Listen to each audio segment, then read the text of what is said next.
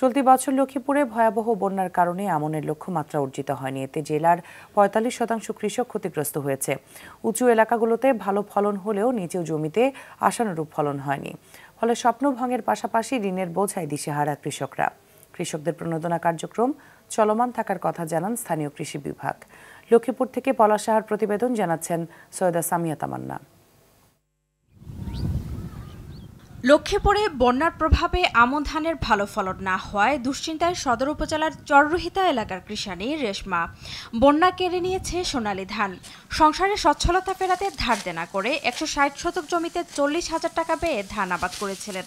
আশানুরূপ ফলন না হয় সেই স্বপ্ন ভেস্তে গেছে রেশমার। একই অবস্থা জেলার অন্যান্য কৃষকদেরও। একটা স্বপ্ন ছিল, কিছু ধান খামু, কিছু ধান বিক্রি করমু। দাঁত দর করে মানুষের থেকে টাকা পয়সা লই গৃহস্থী করছিলাম। কিছু সরকারে যদি আমার করে ধান চকাত করতো।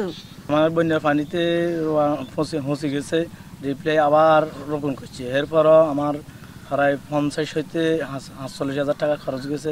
তুলনামূলকভাবে উঁচু এলাকাতে বন্যার প্রভাব কাটিয়ে আমন ধানের বাম্পার ফলন হয়েছে।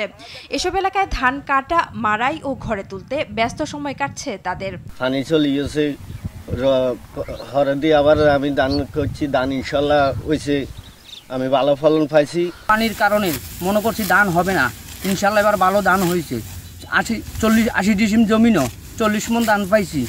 আমন উৎপাদন ব্যাহত হওয়ায় ক্ষতিগ্রস্ত কৃষকদের জন্য প্রণোদনা কার্যক্রম চলমান রয়েছে বলে জানিয়েছে স্থানীয় কৃষি বিভাগ। পানি নেমে যাওয়ার পরে আমরা আমনের প্রণোদনা কার্যক্রম, আমাদের যে কিছু বীজ আমরা দিয়েছিলাম তাদেরকে ৬,০০০ কৃষকের মাঝে, তারা এগুলো লাগিয়েছে। এই জাতগুলো খুব ভালো বুঝিয়েছে এবং আমরা আশা করছি যে ধানটুকু আছে এগুলো তারা যদি ঠিকমতো কাটতে পারে তারা কিছু হলেও ক্ষতি পুষিয়ে নিতে পারবে। জেলায় এবছর আমন আবাদের লক্ষ্যমাত্রা ধরা হয়েছিল ৩৮,২০০ হেক্টর, আর আবাদ হয়েছে ৩৫,৭৭০ হেক্টর। সৈয়দা সামিয়া তামান্না, RTV।